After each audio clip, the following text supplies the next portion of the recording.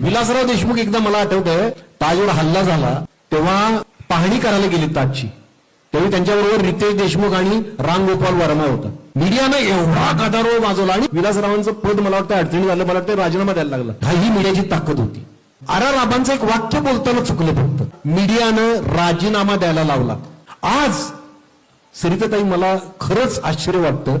म्हणजे ठीक आहे ना, ठीक आहे तुमच्यावर दबाव आहे, तुम्हाला बऱ्याच गोष्टींची बंधनं आहे, मान्य आहे मला.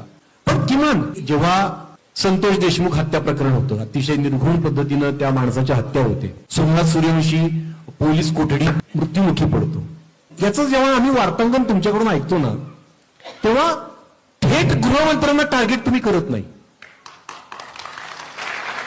हा जनतेचा प्रश्न आहे. मी काही बारकाईनं बघतो, हुशारीनं तुम्ही पोलिसांवर ढकलता, प्रशासनातल्या अधिकाऱ्यांवर ढकलता, पण थेट गृहमंत्र्यांना जाब विचारलेलं मी अजून ऐकलेलं नाही. किंवा समजा बीडचा बिहार होतं असं मीडिया म्हणतं, पण ते बीडचा बिहार होताना वाल्मिक कराडांचं नाव पुढे करतं, काही जण दपकत धनंजय मुंडेंचं नाव घेतात.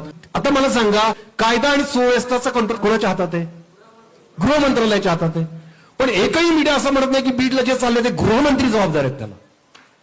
अंतरवाली सराटीत जर लाठीमार झाला गृह, असं का म्हणत नाही तुम्ही? मी म्हणतो तुम्ही एकदा म्हणा ना, तुम्ही जनतेला तरी समाधान वाटत आहे की तुम्ही म्हणा की फर्स्ट टेस्ट मध्ये हे सरकार नापास झालेलं आहे.